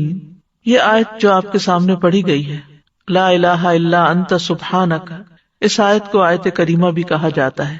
یہ سورۃ الانبیاء کی آیت نمبر 87 ہے۔ اس میں یونس علیہ السلام کا واقعہ بیان کیا گیا ہے۔ یہ واقعہ اس جگہ کے علاوہ سورۃ صافات اور سورۃ قلم میں بھی بیان کیا گیا ہے۔ اللہ سبحانہ تعالیٰ نے نینوا والوں، جو عراق کا علاقہ ہے، اس میں تقریباً 8ویں صدی قبل مسیح یونس علیہ السلام کو بھیجا۔ آپ نے انہیں اللہ کے دین کی دعوت دی، مگر انہوں نے اسے قبول کرنے سے انکار کرتے ہوئے اپنے کفر پر اصرار کیا۔ یونس علیہ السلام اپنے لوگوں سے ناراض ہو کر چلے گئے اور وعدہ کر گئے کہ 3 دن بعد اللہ کا عذاب آ جائے گا۔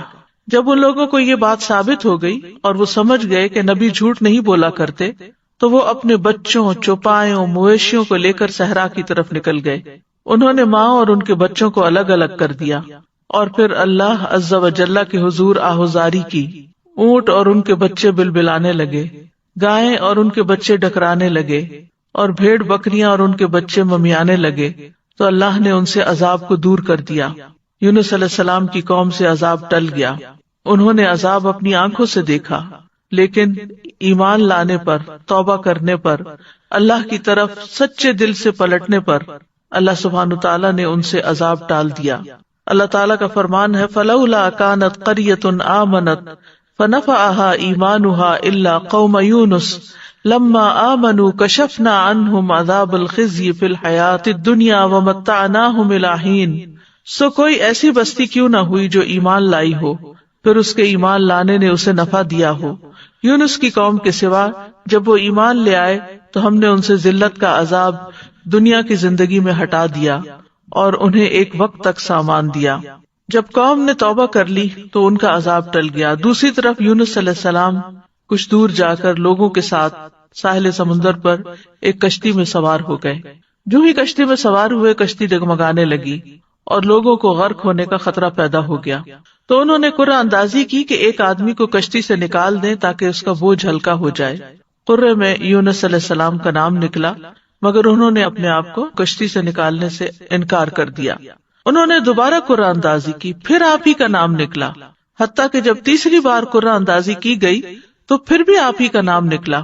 اللہ سبحانہ تعالیٰ کا سلسلے میں فرمان ہے فَسَاهَمَ فَكَانَ مِنَ الْمُدْحَضِينَ، پھر وہ قرعہ میں شریک ہوا تو ہارنے والوں میں سے ہو گیا. قرعہ ان کے نام نکل آیا. یہ دیکھ کر یونس علیہ السلام کھڑے ہو گئے، انہوں نے کپڑے اتارے اور دریا میں چھلانگ لگا دی. ابن مسعود رضی اللہ عنہ کہتے ہیں کہ اللہ سبحانہ تعالیٰ نے بحر اخضر سے ایک مچھلی کو بھیجا جو دریاؤں کے پانی کو پھاڑتی ہوئی پہنچی.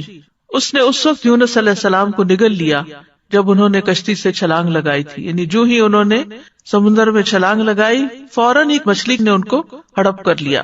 اللہ سبحانہ تعالیٰ نے اس مچھلی کی طرف وحی نازل فرمائی تھی کہ تو نے یونس علیہ السلام کے گوشت کو نہیں کھانا، نہ ہی ہڈی کو نقصان پہنچانا ہے، کیونکہ یونس تیرے لیے رزق نہیں بلکہ تیرا پیٹ اس کے لیے محض قید خانہ ہے.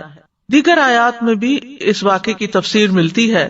وَإِنَّ يُونُسَ لَمِنَ الْمُرْسَلِينَ إِذْ أَبَقَ إِلَى الْفُلْكِ الْمَشْحُونِ فَسَاهَمَ فَكَانَ مِنَ الْمُدْحَضِينَ فَالْتَقَمَهُ الْحُوتُ وَهُوَ مُلِيمٌ. اور بلا شبہ یونس یقیناً رسولوں میں سے تھا. جب وہ بھری ہوئی کشتی کی طرف بھاگ کر گیا پھر وہ قرعے میں شریک ہوا تو ہارنے والوں میں سے ہو گیا. پھر مچھلی نے اسے نگل لیا اس حال میں کہ وہ مستحق ملامت تھا. دوسری طرف ان کی قوم کی کثیر تعداد لوگوں نے ایمان قبول کر لیا. تو بہرحال اس آیت میں اللہ سبحانہ تعالیٰ خوبصورت انداز میں یونس علیہ السلام کا قصہ بیان کرتے ہیں. وَذَنُّونَ، اور نون والا. نون عربی میں کہتے ہیں ہوت کو، یعنی مچھلی کو. اس کی جمع ہوتی ہے نینان اور انوان. اور ان کا نام یہ کس لیے پڑا؟ کیونکہ مچھلی نے آپ کو نگل لیا تھا اور اس نے تو اللہ کے حکم سے ہی نگلا تھا. تو اللہ سبحانہ تعالیٰ نے اپنے بندے یونس علیہ السلام کو خوبصورت ذکر اور اچھی تعریف کے ساتھ یاد کیا اور کہا کہ اور مچھلی والا، یعنی یہ بھی ایک پیار کا انداز ہے. اذ ذهب مغاضبا، جب وہ غضبناک ہو کے نکلا یعنی اپنی قوم سے ناراض ہو گیا. فظن ان لن نقدر علیہ، تو سمجھا کہ ہم اس پر قدرت نہیں رکھتے، یعنی ہم کیا اس کو سزا دینے پر قادر نہیں، پکڑنے پر قادر نہیں. تو انہوں نے کیا کیا، جب مچھلی نے نگلا فنادا فی الظلمات، تو اندھیروں میں اپنے رب ہی کو پکارا، اپنے رب ہی کی طرف رجوع کیا. اور اندھیروں سے مراد رات کا اندھیرا، سمندر کا اندھیرا، مچھلی کے پیٹ کا اندھیرا تھا، یعنی اندھیرے پر اندھیرا تھا. اور کیا دعا مانگی، اللہ الہ الا انت سبحانک انی کنت من الظالمین، کہ تیرے سوا کوئی الہ نہیں، تو پاک ہے، بے شک میں ہی ظالموں میں سے ہوں. تو یونس علیہ السلام نے اللہ تعالیٰ کو ان کی کامل الوہیت کا اقرار کرتے ہوئے پکارا، اللہ کی ذات کو ہر نقص، ہر عیب، ہر آفت سے منزہ اور پاک قرار دیا اور اپنے ظلم اور جرم کا اعتراف کر لیا. انی کنت من الظالمین کہہ کر اپنے آپ کو ظالم قرار دیا. ظلم جو ہے ایک انسان اور اللہ تعالیٰ کے درمیان ہوتا ہے، دوسرا انسان کا اپنے اور لوگوں کے درمیان ہوتا ہے، تیسرا انسان کا اپنے اور اپنے نفس کے درمیان ظلم کرنا ہوتا ہے. تو بہرحال جب انہوں نے اپنی غلطی کا اعتراف کیا تو اللہ تعالیٰ فرماتے ہیں نیکسٹ آیت میں فاستجبنا لہ، تو ہم نے اس کی دعا قبول کر لی. سبحان اللہ، یعنی انہوں نے جو ہی خطا کا اعتراف کیا اللہ سبحانہ تعالیٰ ان سے راضی ہو گئے. وَنَجَّيْنَاهُ مِنَ الْغَمِّ، اور ہم نے اس کو غم سے نجات دی. وَكَذَلِكَ نُنْجِي الْمُؤْمِنِينَ، اور ہم مومنوں کو اسی طرح نجات دیتے ہیں. تو یہاں دراصل مومنوں کو ایمان لانے، اس پر ثابت قدم رہنے اور اس دعا کو زیادہ سے زیادہ پڑھنے کی ترغیب دی جا رہی ہے، کیونکہ وہ جان چکے ہیں کہ یونس علیہ السلام کو اس کلمے کی وجہ سے نجات ملی تھی. اور یہ ہر اس مومن کے لیے خوشخبری ہے، وعدہ ہے جو کسی بھی تکلیف اور غم میں مبتلا ہو جائے تو وہ ان الفاظ کے ساتھ اپنے رب کو پکارے تو رب ضرور اس کو اس تکلیف سے نجات دے گا، کیونکہ یہ رب کا وعدہ ہے. کذالک ننجی المؤمنین، ہم اسی طرح بچائیں گے، نجات دیں گے مومنوں کو. یعنی جو بھی یہ طریقہ اختیار کرے گا اللہ تعالیٰ اس کی تکلیف کو دور کر دے گا، اس کی تکلیف کم کر دے گا، جیسا کہ اللہ تعالیٰ نے یونس علیہ السلام کے ساتھ کیا. تو اس آیت میں اس بات کی دلیل ہے کہ تحلیل یعنی لا الہ الا اللہ کا پڑھنا اور تسبیح سبحانہ کا پڑھنا ہر غم کو دور کر دیتے ہیں، تکلیفوں اور پریشانیوں سے نجات دیتے ہیں. تو جو شخص اللہ کی کتاب پر ایمان لائے اس کے لیے یہی مناسب ہے کہ وہ اس دعا کو سختیوں میں اپنی پناہ گاہ بنائے، اس وعدے پر بھروسہ کرتے ہوئے جو اللہ نے مومنوں کے ساتھ کیا ہے کہ وہ اس دعا کے پڑھنے والے کو قبولیت میں یونس علیہ السلام کے ساتھ ملا دیں گے. یعنی جیسے ان کو نجات ملی انہیں بھی مل جائے گی.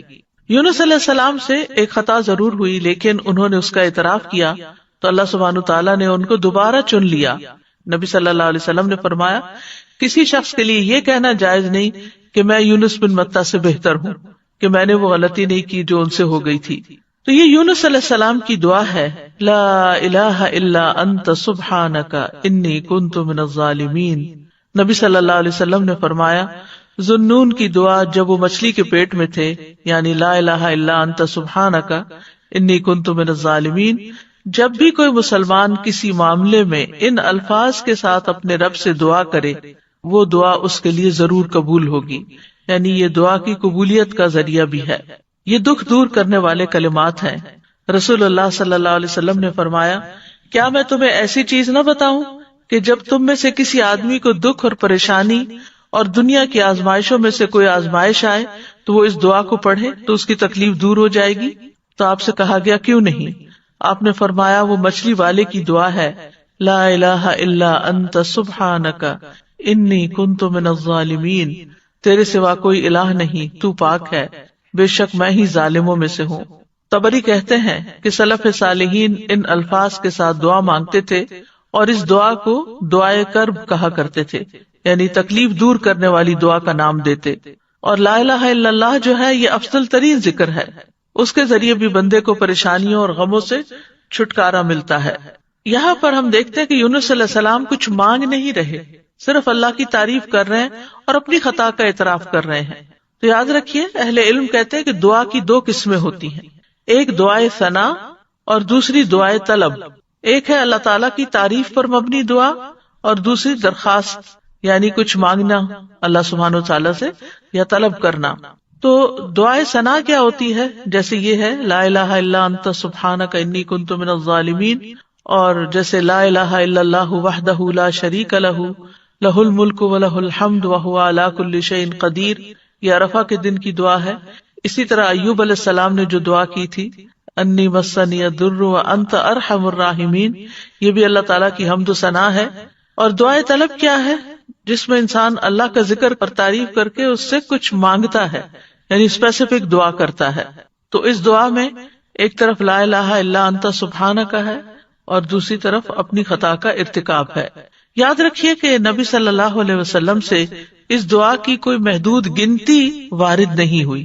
یونس علیہ السلام کے بارے میں بھی نہیں پتہ چلتا کہ انہوں نے کتنی دفعہ اس کو پڑھا، لیکن انہوں نے ایک دفعہ بھی جب اس کو پڑھا ہوگا پوری تڑپ کے ساتھ، پوری شدت کے ساتھ، تو اللہ سبحانہ تعالیٰ نے ان کی دعا قبول کر لی. تو اس لیے لازم اپنے اوپر نہ کیجیے کہ 1.25 لاکھ دفعہ ہی ضرور اس کو پڑھنا ہے یا 100 دفعہ ہی ضرور پڑھنا ہے. جتنی دفعہ چاہیں آپ پڑھیں، چاہے 1,00,000 دفعہ پڑھیں، چاہے 100 دفعہ پڑھیں، لیکن پابندی اس کی ضروری نہیں کہ اتنا پڑھیں گے تو دعا قبول ہوگی. اصل چیز ہے وہ جذبہ، وہ اخلاص، وہ شوق، وہ تڑپ جس کے ساتھ انسان دعا مانگتا ہے. تو اس دعا کے اوپر آپ غور کریں تو اس میں سب سے پہلے لا الہ الا اللہ ہے جو کمال توحید کا بیان ہے، اور دوسرا پھر سبحانہ ہے جو کمال پاکیزگی کا اظہار ہے کہ اللہ تعالیٰ ہر عیب اور برائی سے پاک ہے، اور تیسرے اپنی غلطیوں کا اعتراف ہے. یعنی یہ 3 ایسی بہترین چیزیں اکٹھی ہو گئی ہیں کہ جس کی وجہ سے دعا قبول ہوتی ہے. اور پھر اس میں ان چیزوں کو دراصل وسیلہ بنایا گیا ہے. اللہ کی توحید کا اقرار کر کے اس کو لا الہ الا اللہ کو وسیلہ بنایا گیا، تسبیح پڑھ کر وسیلہ بنایا گیا، انی کنت من الظالمین اپنی عبودیت کا اقرار کیا گیا اور اپنی غلطی کا اعتراف کیا گیا. تو یہ سب دراصل دعا کی قبولیت کے لیے ایک وسیلہ بن گیا. ابن قیم کہتے ہیں جہاں تک مچھلی والے کی دعا کا تعلق ہے تو اس میں رب عز و جل کی کمال توحید، اس کی کمال پاکیزگی پائی جاتی ہے، اور اس میں بندے کا اپنے ظلم اور گناہ کا اقرار بھی ہے، اور یہ مصیبت، پریشانی اور غم کے علاجوں میں سب سے مؤثر علاج ہے، اور حاجتوں کو پورا کرنے کے لیے اللہ سبحانہ وتعالیٰ تک پہنچنے کا سب سے مؤثر وسیلہ ہے۔ اور یہاں پر توحید کی اقسام کا بھی ایک طرح سے ذکر ہے اور اقرار بھی ہے۔ توحید کا اقرار جو ہے یہ دراصل انسان کو رب کے آگے جھکا دیتا ہے، اس سے اللہ تعالیٰ کی عظمت کا احساس انسان کے دل میں آتا ہے، اور پھر تسبیح پڑھ کر انسان اللہ سبحانہ تعالیٰ کو انتہائی پاکیزہ قرار دیتا ہے جو کہ اس کے شایان شان ہے، اور اپنے اوپر غلطی کو لیتا ہے اور خود اپنے رب کی طرف رجوع کرتا ہے۔ اور اس میں ہم دیکھتے ہیں کہ بہت لطیف طریقے سے ظلم پر معافی کی درخواست ہے۔ انہوں نے اپنی ذات پر اپنے ظلم کا ذکر کیا، جو ظلم کی تیسری قسم ہے نا، یعنی ظلم اور انسان کا اپنا نفس۔ تو یاد رکھیے، اپنے گناہوں کا اعتراف کرنا حاجات پوری کرنے کا سب سے افضل دروازہ ہے۔ اللہ عظیم ہے، کریم ہے، اس کے آگے مسکین بن جائیں، اس کے آگے فقیر بن جائیں، اور ساری قوتوں کا مالک، قدرت کا مالک اسی کو سمجھیں، اور پھر اپنے رب کو تڑپ کر پکاریں، تو انشاءاللہ دعا قبول ہوگی، غم دور ہو جائیں گے، حاجات پوری ہو جائیں گی انشاءاللہ۔ ہم دیکھتے ہیں کہ سید الاستغفار جو ہے اس میں بھی انسان اپنی بندگی اور گناہوں کا اعتراف کرتا ہے اور اللہ تعالیٰ کی الوہیت کا، اللہم انت ربی لا الہ الا انت خلقتنی، اے اللہ آپ میرے رب ہیں، آپ کے علاوہ کوئی معبود نہیں، آپ نے مجھے پیدا کیا ہے، میں آپ کا بندہ ہوں۔ تو بہرحال اس میں یہ جو لا الہ الا اللہ ہے، اس دعا کے اندر لا الہ الا انت، یہ ایمان کی افضل ترین شاخ ہے۔ حدیث میں آتا ہے ایمان کی 70 یا 60 سے اوپر کچھ شاخیں ہیں، جن میں سب سے افضل لا الہ الا اللہ کہنا ہے۔ ایک اور جگہ پر آتا ہے افضل ذکر لا الہ الا اللہ ہے۔ سچے دل سے لا الہ الا اللہ پڑھا جائے تو آسمان کے دروازے کھل جاتے ہیں، یہ اللہ کی رحمت پانے کا سبب بھی ہے۔ چوتھی بات ہے مثبت مشغولیت اپنائی جائے، اچھے کام میں مصروف ہوں۔ رسول اللہ صلی اللہ علیہ وسلم نے فرمایا وہ لوگ اللہ کو زیادہ محبوب ہیں جو دوسرے لوگوں کے لیے زیادہ فائدہ مند ہوں، اور اللہ عز و جل کے ہاں سب سے زیادہ پسندیدہ اعمال یہ ہیں: نمبر 1 کسی مسلمان کو خوش کرنا، نمبر 2 اس سے کوئی تکلیف دور کرنا، نمبر 3 اس کا قرضہ چکانا، نمبر 4 اسے کھانا کھلانا، نمبر 5 اور مجھے کسی بھائی کی ضرورت پوری کرنے کے لیے اس کے ساتھ چلنا اس مسجد میں 1 مہینہ اعتکاف کرنے سے زیادہ محبوب ہے، اور جس نے اپنے غصے کو روک لیا اللہ اس کی خامیوں پر پردہ ڈال دے گا۔ پھر دوسروں کی پریشانیاں حل کرنے سے انسان کی اپنی پریشانیاں دور ہوتی ہیں۔ حدیث میں آتا ہے جو اپنے بھائی کی مدد میں لگا رہتا ہے اللہ اس کی مدد میں لگ جاتا ہے۔ 5ویں چیز ہے کثرت سے اللہ کا ذکر کرنا، کیونکہ اللہ کے ذکر سے دلوں کو اطمینان ملتا ہے، غم دکھ پریشانیاں دور ہوتی ہیں۔ اللہ کا ذکر زندگی دیتا ہے، ذکر سے قوت ملتی ہے۔ اللہ کا ذکر پریشانی سے نجات کا باعث بنتا ہے، شیطانی حملوں سے بچاؤ کا مضبوط قلعہ ہے۔ ذکر کے کچھ فائدے امام ابن قیم نے اپنی کتاب الوابل الصیب میں کیے ہیں۔ نمبر 1 یہ شیطان کو بھگا دیتا ہے، اس کا قلع کما کرتا ہے، اس کی قوت کو توڑ دیتا ہے۔ نمبر 2 یہ رحمان عز و جل کو راضی کرتا ہے۔ نمبر 3 یہ دل سے غم اور پریشانی کو دور کرتا ہے۔ نمبر 4 یہ دل کے لیے فرحت، مسرت اور خوشی کھینچ لاتا ہے۔ نمبر 5 یہ دل اور جسم کو طاقت بخشتا ہے۔ نمبر 6 یہ دل اور چہرے کو منور کرتا ہے۔ نمبر 7 یہ رزق کو کھینچ لاتا ہے۔ نمبر 8 یہ ذکر کرنے والے کو روب، حلاوت اور تازگی کا لباس پہناتا ہے۔ تو یہ ہے کچھ فائدے جو انہوں نے مشاہدات سے اخذ کیے ہیں۔ اس سے یہ پتہ چلتا ہے کہ پریشانیوں میں انسان کو اللہ ہی کی طرف رجوع کر کے اللہ ہی کے ذکر کی کثرت کرنی چاہیے، اور پھر نماز سے بھی مدد حاصل کی جائے، کیونکہ نماز سے مدد لینے سے خوف اور غم دور ہو جاتے ہیں۔ نماز اللہ سبحانہ تعالیٰ کے قریب ہونے کا بہترین ذریعہ ہے۔ غم اور پریشانی میں نماز کا سہارا لینا چاہیے۔ نمازوں کی حفاظت کرنے سے اللہ کی حفاظت ملتی ہے، خصوصاً فجر کی نماز کی حفاظت کرنے والا اللہ کی حفاظت میں ہوتا ہے۔ چاشت کی 4 رکعت پڑھنا دن بھر کے لیے کافی ہو جاتی ہیں۔ 7ویں چیز اس سے بڑی مصیبت کو یاد کرنا، یعنی جب کوئی مصیبت آئے تو سوچے کہ اس سے بڑی بھی آ سکتی تھی، تو دل میں شکر پیدا ہوگا، اور جو شکر ادا کرتا ہے اللہ تعالیٰ اس کی نعمت کو محفوظ رکھتے ہیں اور اس کو اس سے بھی بہتر عطا کرتے ہیں۔ پھر یہ کہ اپنے سے نیچے والوں کو دیکھا جائے، انبیاء کی آزمائشوں تکلیفوں کے بارے میں جانا جائے تاکہ ہمیں اپنی تکلیفیں بہت بڑی نہ لگیں. کرنے کے کچھ کام ہیں، ایک تو یہی آیت کریمہ ہے، پھر دوسری اللہ اللہ ربی لا اشرک بہ شیئا، پھر لا الہ الا اللہ العظیم الحلیم، لا الہ الا اللہ رب العرش العظیم، لا الہ الا اللہ رب السماوات ورب الارض ورب العرش الکریم. پھر ہم و غم سے پناہ مانگنے کی دعا، اللہم انی اعوذ بک من الہم والحزن والعجز والکسل والبخل والجبن ودلع الدین وغلبۃ الرجال. اے اللہ میں تیری پناہ مانگتا ہوں دکھ، غم، عاجزی، سستی، بخل، بزدلی، قرض کے بوجھ اور لوگوں کے اپنے اوپر غلبے سے. انس بن مالک کہتے ہیں نبی صلی اللہ علیہ وسلم کو جب کوئی انتہائی پریشان معاملہ آتا تو آپ فرماتے یا حی یا قیوم برحمتک استغیث، اے زندہ اور اے قائم رہنے والے میں تیری رحمت کے وسیلے سے فریاد کرتا ہوں. اور اس دعا کو تو دعائے کرب کہا گیا ہے یا دعوات المکروب جس کو کہتے ہیں. اللہم رحمتک ارجو فلا تکلنی الی نفسی طرفۃ عین واصلح لی شانی کلہ لا الہ الا انت. پھر گھبراہٹ کے وقت کی دعا ہے اعوذ بکلمات اللہ التامۃ من غضبہ وشر عبادہ ومن ہمزات الشیاطین وان یحضرون. اور کرنے کے کام یہ ہے یونس علیہ السلام کی یہ دعا کثرت سے پڑھیں، یعنی کوئی دن زندگی کا ایسا نہ جائے کہ جس میں یہ دعا نہ پڑھی جائے. دوسرا یہ کہ مشکلات میں اللہ کی طرف رجوع کرے اور سچے دل سے رجوع کرے اور اللہ ہی سے دعائیں مانگے.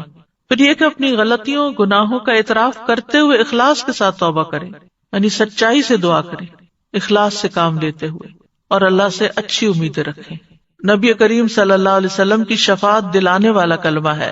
رسول اللہ صلی اللہ علیہ وسلم نے فرمایا قیامت کے دن میری شفاعت کی سعادت سب سے زیادہ حاصل ہوگی اسے جس نے لا الہ الا اللہ خلوص دل سے کہا، یعنی سب سے زیادہ میری شفاعت کی سعادت اس کو ملے گی جو سچے دل سے لا الہ الا اللہ کہتا ہے. پھر یہ لا الہ الا اللہ مصائب سے نجات دلانے والا کلمہ ہے. نبی صلی اللہ علیہ وسلم نے فرمایا جس نے لا الہ الا اللہ کہا تو ایک دن یہ کلمہ اسے مصیبتوں سے ضرور نجات دلائے گا، اس سے پہلے جو ہو چکا وہ ہو چکا. پھر جنت میں لے جانے والا کلمہ ہے من مات وهو يعلم انه لا الہ الا اللہ دخل الجنہ. جو شخص اس حال میں فوت ہوا کہ وہ جانتا تھا کہ اللہ کے سوا کوئی الہ نہیں، وہ جنت میں داخل ہوگا. ایک اور حدیث کے مطابق اس کلمے کی وجہ سے انسان کو آگ سے نکال لیا جائے گا، اور مرنے والے کو خاص طور پر اس کی تلقین کرنی چاہیے. نبی صلی اللہ علیہ وسلم نے فرمایا اپنے مرنے والوں کو لا الہ الا اللہ کی تلقین کیا کرو، کیونکہ جو شخص لا الہ الا اللہ پڑھتا ہے تو پھر جنت میں جانے سے اسے کوئی چیز روک نہیں سکتی. پھر سبحانہ کا جو ہے یہ تسبیح ہے، تسبیح سے تقدیر بدل جاتی ہے. اہل علم کا کہنا ہے میں نے قرآن میں تسبیح کو تلاش کیا تو میں نے ایک عجیب چیز پائی. میں نے پایا کہ تسبیح تقدیر کو ٹال دیتی ہے، جیسا کہ یونس علیہ السلام کے واقعے میں ہے. اللہ تعالیٰ فرماتے ہیں فلولا انہ کان من المسبحین للبث فی بطنہ الی یوم یبعثون. پھر اگر یہ بات نہ ہوتی کہ بے شک وہ تسبیح کرنے والوں میں سے تھا تو یقیناً اس کے پیٹ میں اس دن تک رہتا جس میں لوگ اٹھائے جائیں گے. یعنی اگر یونس علیہ السلام یہ تسبیح نہ پڑھتے تو قیامت تک مچھلی کے پیٹ میں رہتے. تو اس سے پتہ چلتا ہے کہ تسبیح کا مقام بہت عظیم ہے اور اتنا مؤثر اور اس درجے تک پہنچا ہوا ہے کہ اللہ تعالیٰ نے اس کی وجہ سے تقدیر کو تبدیل کر دیا، جیسا کہ یونس علیہ السلام کے اس واقعے میں ہم دیکھ رہے ہیں. داؤد علیہ السلام کے ساتھ پہاڑ اور پرندے بھی تسبیح کرتے تھے، ان کے ساتھ ساتھ دہراتے تھے. سورۃ الانبیاء میں آتا ہے وَسَخَّرْنَا مَعَ دَاوُودَ الْجِبَالَ يُسَبِّحْنَ وَالطَّيْرَ. ہم نے داؤد کے ساتھ پہاڑوں کو مسخر کر دیا جو تسبیح کرتے تھے. زمین آسمان کی تمام مخلوقات تسبیحات کرتی ہیں. سورۃ النور میں آتا ہے الم تر ان اللہ یسبح لہ من فی السماوات والارض. کیا آپ نے نہیں دیکھا کہ بے شک اللہ کی تسبیح کرتے ہیں جو آسمانوں اور زمین میں ہیں. زکریا علیہ السلام کے بارے میں آتا ہے کہ انہوں نے اپنی قوم کو بھی تسبیح کی تلقین کی. ان سبحوا بکرۃ وعشیا، یہ سورۃ مریم کی آیت نمبر 11 ہے. موسیٰ علیہ السلام کی دعا میں بھی ہم دیکھتے ہیں وہ کہتے ہیں وَاجْعَل لِّي وَزِيرًا مِّنْ أَهْلِي هَارُونَ أَخِي أُشْدُدْ بِهِ أَزْرِي وَأَشْرِكْهُ فِي أَمْرِي كَيْ نُسَبِّحَكَ كَثِيرًا وَنَذْكُرَكَ كَثِيرًا. اور میرے لیے میرے گھر والوں میں سے ایک بوجھ ہٹانے والا بنا دے، ہارون کو جو میرا بھائی ہے، اس کے ساتھ میری پشت مضبوط کر دے اور اسے میرے کام میں شریک کر دے، تاکہ ہم تیری بہت زیادہ تسبیح کریں، یعنی مل کے تیری تسبیح کریں۔ اہل جنت بھی اللہ تعالیٰ کی تسبیح کریں گے۔ جنت والوں کا تذکرہ کرتے ہوئے اللہ تعالیٰ فرماتے ہیں دعواہم فیہا سبحانک اللہم وتحیتہم فیہا سلام، ان کی دعا ان میں یہ ہوگی پاک ہے تو اے اللہ، اور ان کی آپس کی بات ان باغات میں سلام ہوگی، یعنی جہاں سے جو گزرے گا دیکھے گا ایک دوسرے کو ملے گا تو سلام کرے گا۔ فرشتے بھی اپنے رب کی تسبیح کرتے ہیں، والملائکۃ یسبحون بحمد ربہم ویستغفرون لمن فی الارض، فرشتے اپنے رب کی حمد کے ساتھ تسبیح کرتے ہیں اور ان لوگوں کے لیے بخشش کی دعا کرتے ہیں جو زمین میں ہیں۔ تسبیح کے بہت سے فائدے بھی ہیں۔ اللہ کے ہاں قربت اور فضیلت پانے کا آسان راستہ ہے۔ رسول اللہ صلی اللہ علیہ وسلم نے فرمایا تم لوگ اللہ کی عظمت کا جو ذکر کرتے ہو، یعنی تسبیح، تحلیل اور تحمید کے الفاظ کہتے ہو، وہ عرش کے ارد گرد چکر لگاتے ہیں۔ ان کلمات کی ایسی بھنبھناہٹ ہوتی ہے جیسے شہد کی مکھیوں کی بھنبھناہٹ۔ وہ کلمات اپنے ذکر کرنے والے کی اللہ کے ہاں یاد دلاتے ہیں۔ کیا تم میں سے کوئی نہیں چاہتا کہ اس کے لیے کوئی ایسا ہو یا ہمیشہ اللہ کے ہاں اس کی یاد دلائی جاتی رہے؟ تو تسبیح سے یہ چیز ہوتی ہے۔ پھر دل کی گھٹن اور تنگی کا علاج بھی ہے۔ قرآن مجید میں آتا ہے وَلَقَدْ نَعْلَمُ أَنَّكَ يَضِيقُ صَدْرُكَ بِمَا يَقُولُونَ فَسَبِّحْ بِحَمْدِ رَبِّكَ وَكُن مِّنَ السَّاجِدِينَ وَاعْبُدْ رَبَّكَ حَتَّى يَأْتِيَكَ الْيَقِينُ، اور بلا شبہ یقیناً ہم جانتے ہیں کہ بے شک تیرا سینہ اس سے تنگ ہوتا ہے جو وہ کہتے ہیں، بس اپنے رب کی حمد کے ساتھ تسبیح کرو اور سجدہ کرنے والوں میں شامل ہو جاؤ اور اپنے رب کی عبادت کرو یہاں تک کہ تیرے پاس یقین آ جائے۔ پھر اسی طرح پریشانی، ڈر اور خوف دور کرنے کا ذریعہ ہے۔ رسول اللہ صلی اللہ علیہ وسلم نے فرمایا جو رات سے خوف کھائے کہ وہ اسے پریشان کرے گی، یا مال خرچ کرنے سے بخل کرے، یا دشمن سے مقابلہ کرنے سے ڈرے، تو اسے چاہیے کہ وہ اس قول کی کثرت کر دے سبحان اللہ و بحمدہ، کیونکہ یہ اللہ کے نزدیک سونے کا پہاڑ اللہ عز و جل کے راستے میں خرچ کرنے سے زیادہ محبوب ہے۔ اور کس کے پاس سونے کا پہاڑ ہے ہمارے ہاں، لیکن اگر ہم یہ تسبیح پڑھتے ہیں تو انشاءاللہ اتنا بڑا اجر و ثواب ملے گا۔ پھر اسی طرح تسبیح کو صدقہ بھی کہا گیا۔ نبی صلی اللہ علیہ وسلم نے فرمایا تم میں جو آدمی صبح کرتا ہے تو اس کے ہر جوڑ پر صدقہ لازم ہے، تو ہر مرتبہ سبحان اللہ کہنا صدقہ ہے، ہر مرتبہ الحمدللہ کہنا صدقہ ہے، اور ہر مرتبہ لا الہ الا اللہ کہنا صدقہ ہے، ہر مرتبہ اللہ اکبر کہنا صدقہ ہے، نیکی کا حکم دینا صدقہ ہے، اور برائی سے روکنا بھی صدقہ ہے۔ تو اس طرح انسان کے 360 جوڑوں کے صدقات ان تسبیحات سے بھی ادا ہو جاتے ہیں۔ پھر اسی طرح سبحان اللہ کے ذریعے نیکیاں ملتی ہیں، گناہ مٹ جاتے ہیں۔ سعد رضی اللہ عنہ کہتے ہیں ہم رسول اللہ صلی اللہ علیہ وسلم کے پاس تھے تو آپ نے فرمایا کیا تم میں سے کوئی ہر دن 1000 نیکیاں کمانے سے عاجز ہے؟ آپ کے پاس بیٹھے لوگوں میں سے کسی نے پوچھا ہم میں کوئی آدمی 1000 نیکیاں کیسے کما سکتا ہے؟ آپ نے فرمایا جو آدمی 100 مرتبہ سبحان اللہ پڑھتا ہے اس کے لیے 1000 نیکیاں لکھی جاتی ہیں یا اس کی 1000 خطائیں مٹا دی جاتی ہیں۔ پھر اسی طرح رسول اللہ صلی اللہ علیہ وسلم نے فرمایا جو شخص سبحان اللہ و بحمدہ کی ایک دن میں 100 بار کہے تو اس کے گناہ معاف کر دیے جاتے ہیں، اگرچہ وہ سمندر کی جھاگ کے برابر ہی کیوں نہ ہو۔ یہ صحیح مسلم کی روایت ہے۔ ایک بار تسبیح پڑھنے سے زمین و آسمان بھر جاتے ہیں۔ آپ صلی اللہ علیہ وسلم نے یہ بھی فرمایا کہ جس نے سورج طلوع ہونے اور اس کے غروب ہونے سے قبل 100 بار سبحان اللہ کہا تو یہ 100 اونٹوں سے بہتر ہے۔ سورج طلوع ہونے اور اس کے غروب ہونے سے قبل 100 بار سبحان اللہ پڑھنا۔ پھر بات ہوتی ہے انی کنت من الظالمین پر، کہ بے شک میں ظالموں میں سے ہوں، یعنی اپنے گناہوں کا اعتراف۔ تو یاد رکھیے جو شخص توبہ کرتا ہے اللہ تعالیٰ اس سے محبت کرتا ہے، جو اپنے گناہوں کا اعتراف کرتا ہے اللہ تعالیٰ اس سے خوش ہوتا ہے۔ قرآن مجید میں آتا ہے ان اللہ یحب التوابین ویحب المتطہرین، بے شک اللہ توبہ کرنے والوں اور پاک رہنے والوں سے محبت کرتا ہے۔ ایک اور جگہ پر آتا ہے رسول اللہ صلی اللہ علیہ وسلم نے فرمایا اللہ تم میں سے کسی کی توبہ پر اس سے زیادہ خوش نہیں ہوتا جتنا تم میں سے کوئی اپنی گمشدہ سواری کو پا لینے کے وقت خوش ہوتا ہے۔ یعنی جس طرح تمہیں کھوئی ہوئی سواری اپنی مل جائے جنگل صحرا میں، تو تم خوش ہو جاؤ گے کہ اب تمہاری زندگی کے بچنے کا سامان مل گیا. تو اسی طرح اللہ تعالیٰ اس سے بھی زیادہ خوش ہوتے ہیں جب کوئی شخص توبہ کرتا ہے. پھر توبہ کرنے سے انسان کے گناہ معاف ہو جاتے ہیں. نبی صلی اللہ علیہ وسلم نے فرمایا اگر تم اتنے گناہ کرو کہ تمہارے گناہ آسمان تک پہنچ جائیں، پھر تم توبہ کرو تو اللہ تعالیٰ تمہیں معاف کر دے گا. پھر گناہوں سے توبہ کرنے والا ایسا ہے جیسے اس نے گناہ کیا ہی نہ ہو. استغفار اور توبہ گناہوں کا علاج ہے. تو اس دعا سے کیا فائدے ہمیں حاصل ہوئے؟ اس دعا میں جامع آداب بھی ہیں اور پاکیزہ کلمات بھی ہیں اور ان کے بہت زیادہ فائدے بھی ہیں. کبھی کسی سے براہ راست کچھ مانگنے کی بجائے اشارتاً بات کی جائے تو اس کا بھی جواز ملتا ہے، جیسے اس دعا کے اندر اشارتاً بات کی گئی ہے، ڈائریکٹ دعا نہیں کی گئی. پھر یہ کہ کچھ اللہ سبحانہ وتعالیٰ سے مانگتے ہوئے دعا کے آداب اور قبولیت کے اسباب کو بھی ملحوظ رکھنا چاہیے، اور وہ اس دعا میں جمع ہو گئے ہیں. یعنی بندہ اپنی دعاؤں میں اپنی پریشانی، اپنے غموں اور مصیبتوں کے وقت اس دعا کو کثرت سے اختیار کر لے. دعا میں اللہ کی توحید کا ذکر کیا جائے. تسبیح تکلیفوں اور پریشانیوں سے نجات کا سبب ہے. توحید، ایمان اور گناہوں کا اعتراف دنیا اور آخرت کی ہلاکتوں سے بچانے والا ہے. گناہ نعمتوں کے زوال اور عذاب کے حصول کا سبب ہے، یعنی نعمتوں کے زائل ہونے اور عذابوں کے حاصل ہونے کا، مصیبتوں کے آنے کا سب سے بڑا جو سبب ہے وہ انسان کے اپنے ہی گناہ ہیں.